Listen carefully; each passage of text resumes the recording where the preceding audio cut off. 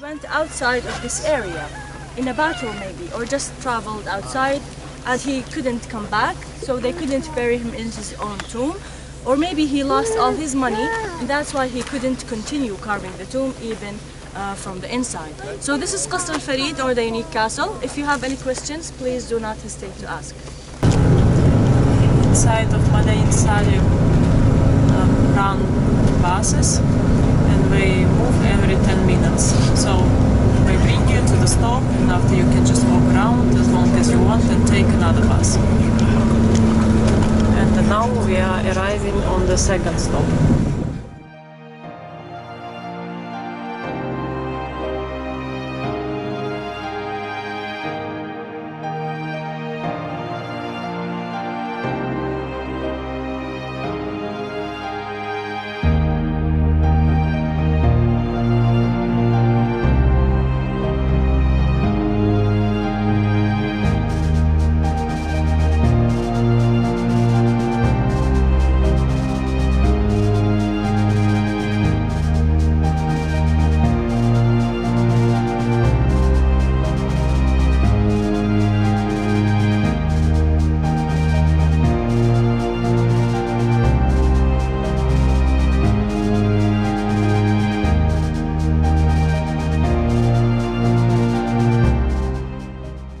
This place where we call it Jabal al-Banat, or the Girls Mountain, and we call it by this name because we discovered that all around this mountain we have over 30 tombs just like this tomb in front of us. We discovered that over 20 of these tombs are owned by women, and that's why we call it as the Girls Mountain. How did we know that this tomb is owned by either a man or a woman? Simply by translating the inscriptions inside the square above the bird shape. For example, this tomb in front of us, it's owned by a man called Eid, son of Ubadah. In the other side of the mountain, we have another tomb that is owned by two women. They are called Kamkam, daughter of Wa'il, and her daughter Kulayba. Both the mother and daughter are the owners of the tomb at the other side. And this is simply how we knew that the owner is a man or a woman. And that's why we call it as the Girls Mountain. And here we're gonna learn more about the meaning behind the decorations that they choose to decorate their tombs with. For example, the most common decoration that they use to decorate their tombs with is the staircase shape on the top of the entrance that starts on the left side going down and then going up to the right side, because this is telling us about a religious belief that the Nabatean have, is that when someone passed away, his soul gonna go down the stairs on the left side to the underground to be judged on what they did in this life. After they finish from being judged, their soul gonna go up the stairs on the right, going up to heaven. Around the entrance, we have two pillars on the right and left of the tomb itself. We have a triangle above the entrance with a rose, with roses under it. This is more of a cultural effect that is coming from the Romans, and the Romans did not affect the Nabateans in culture-wise, let's say. They also affected them in religion-wise, because one of the most known Roman, or let's say Greek, religious symbol, it's implemented inside the triangle that you see above the entrance. As you can see, a human face with snakes to the sides of it, because this is the symbol of the Greek goddess Medusa. On top of the triangle, we have the most commonly used religious symbol between the Nabatean tombs, which is the eagle shape, and it's a representation of the Nabatean god, and it's called Dushara. Next to it, to the right and left of it, we have the two vessels. Also, the vessels are considered as a religious symbol because it's representing another Arabian god, and it's called Manato. And by the way, it's mentioned in the Quran. They put all these religious symbols around the entrance of the tomb itself just to add protection for the people buried inside the tomb, so they cannot be harmed, or let's say the tomb itself can't be damaged from anybody.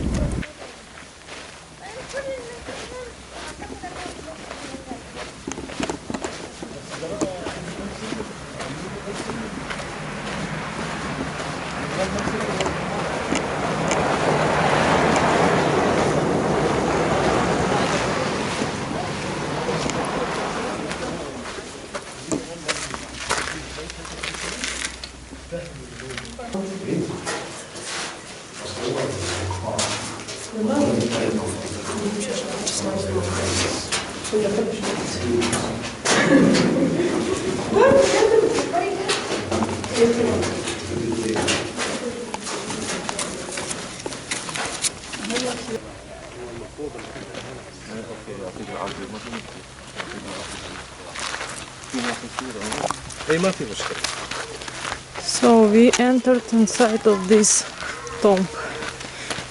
The only one tomb is allowed for entering inside. So inside of this mountain, graves of female. That's why we call this mountain Girls Mountain. We would like to welcome you on your fourth stop. We are currently standing in front of Jabal Ithlib or Ithlib Mountain, or as we locally call it, a diwan. All three previous stops, they were tombs except this one. We are now standing in front of a diwan or the gathering area.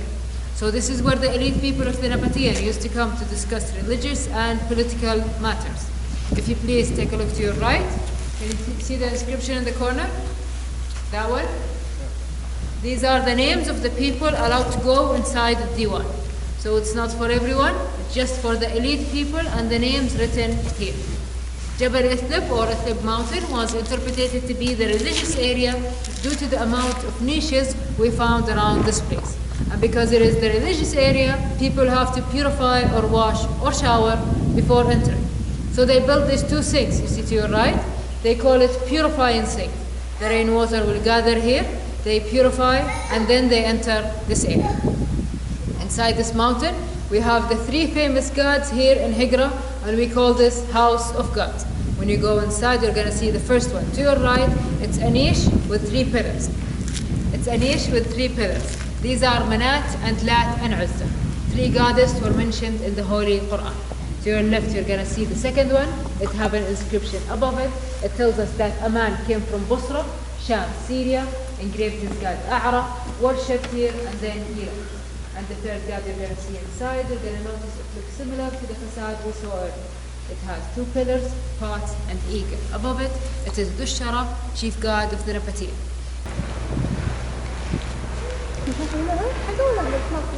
أنا بشرح لكم بس نستنى المجموعة تكمل.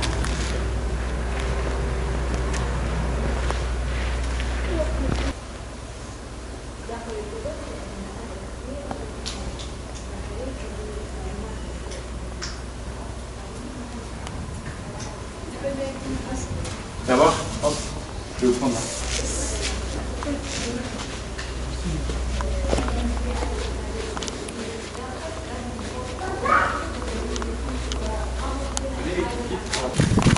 We spent in Madain Saleh around 2 hours, and now time is 4 p.m. and we will hitchhike to Tabuk from Al Ula. Our friends, Saudi family, young couple with a small baby waiting for us there. They provided us host in Al Ula, and now we go to their house in Tabuk. So this is a road, like a shortcut from Al Ula to Tabuk, 250 kilometers. We didn't wait long for a ride from Al Ula to Tabuk. A man, Muhammad, picked us up, he goes to Tabuk. But he is originally from Madain Saleh. It is a desert, and actually when we pass in this area,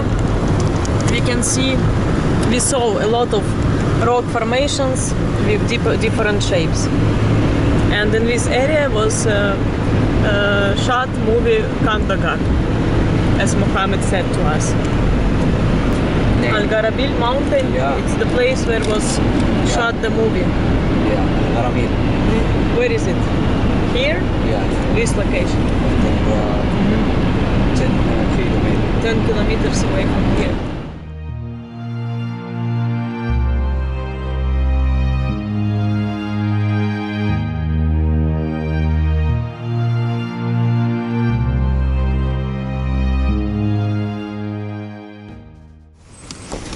So now we are going for some small adventure. We want to get into some tunnel. Mohammed was here before and he decided to show us this place.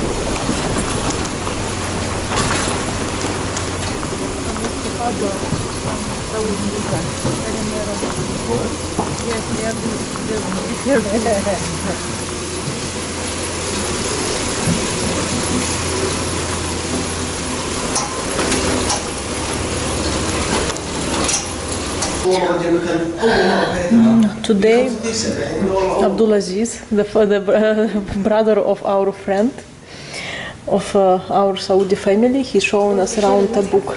And now we came like a kind of small museum with items from different times. It's Ottoman history, like Turkey history. Yeah. From Osman Empire. Yeah, the empire of Osman. This is women eyeliner. This is the ports, which is Grave store. Yes, it's for make coffee and tea.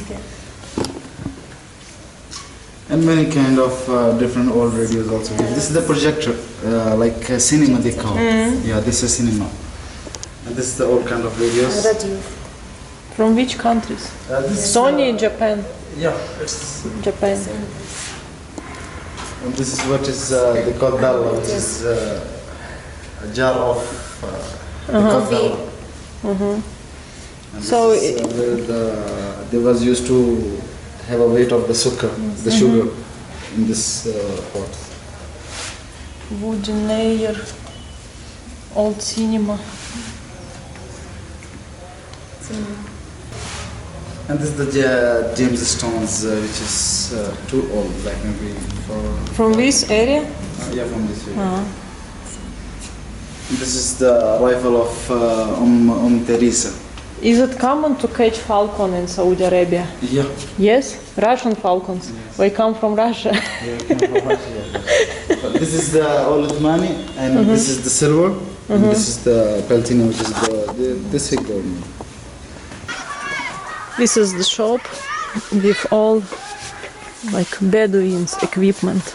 Everything for camping, for desert.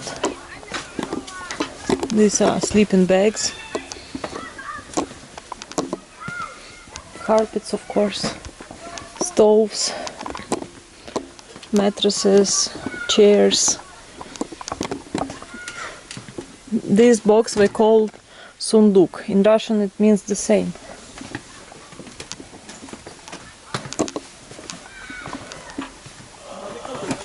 For example, this one cost 250 riyals, this one 390. It's quite expensive.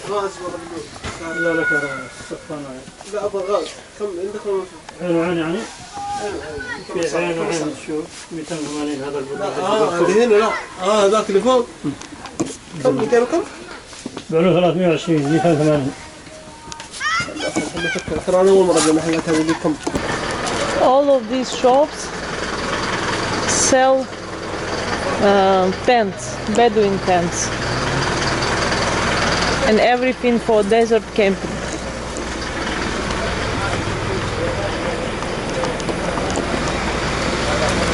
All this street, it's about tents.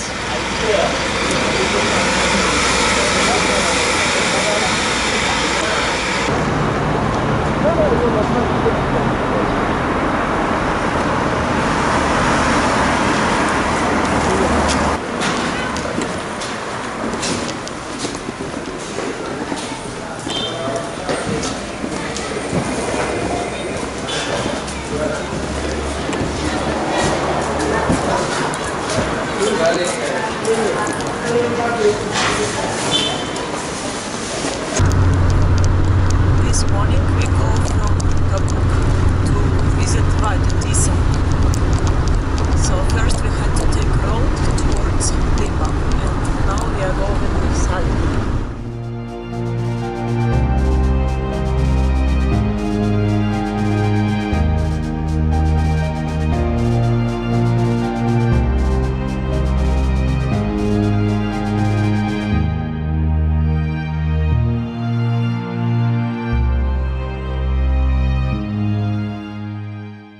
سنهضي يوم اللي لقيتك للتعب حنين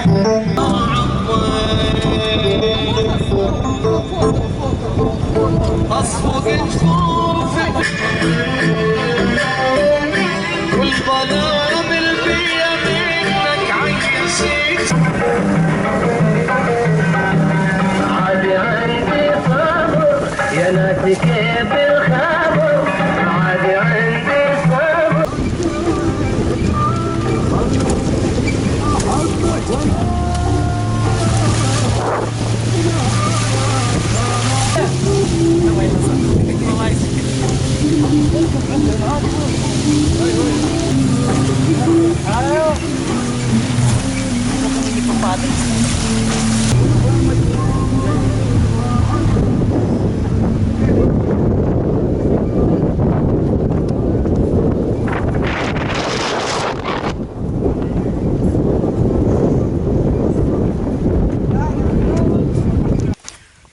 We came to Wadi Disah around 11 a.m.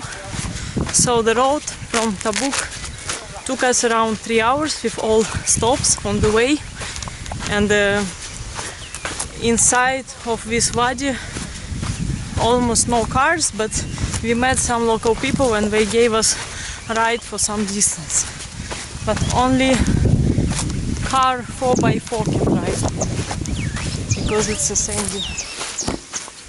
And we have from this point 10 kilometers till the end of this wadi. So if will be some car pass by, we will hitchhike.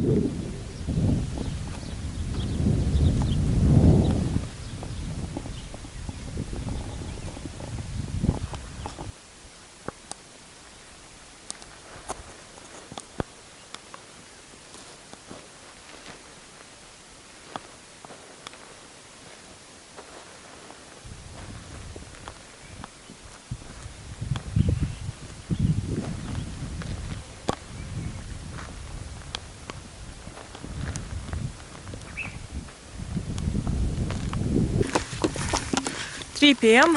and we walked all the way through Wadi Disah, 12 kilometers, and it took us 3 hours. It's impossible to walk really fast in this wadi because it's just sand. So now we have 20 kilometers more to the main road to Tabuk, but we will try to hitchhike even on this road. But almost no traffic, because here is nothing, only some Bedouin tents and maybe some farms inside of the wadi. So let's see.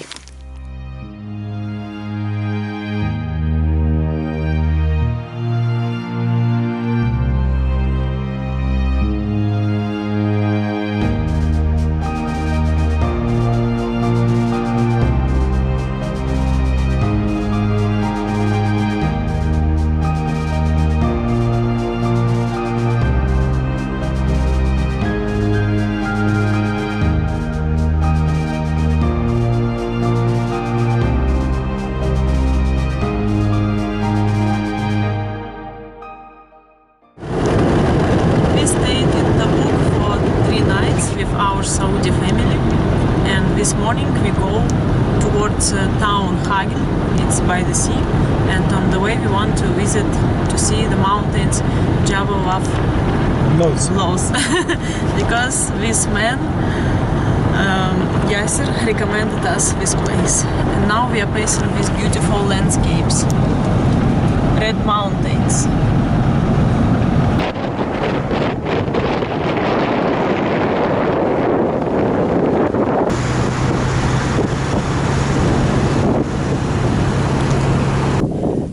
Yasser took us to the mountains Jabal Al Ula, but we cannot go till the end of the road last 7 kilometers it is restricted area and only people with special permit can drive there.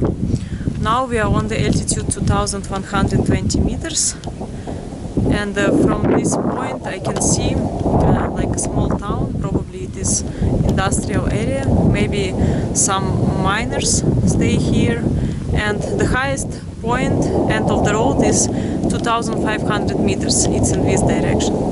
So we stopped here for an hour, we will wait for Yasser to come back and we will continue our way to the town Hegra on the sea.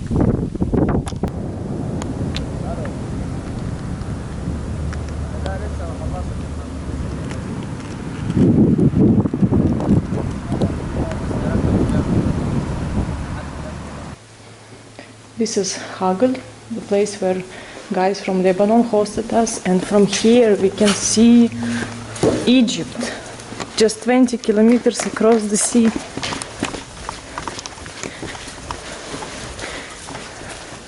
The town across is Taba. Sharm el-Sheikh is more south. But we can see really clearly Egypt. I was there 2 years ago. So this is like a private access to the sea, and it's just nice.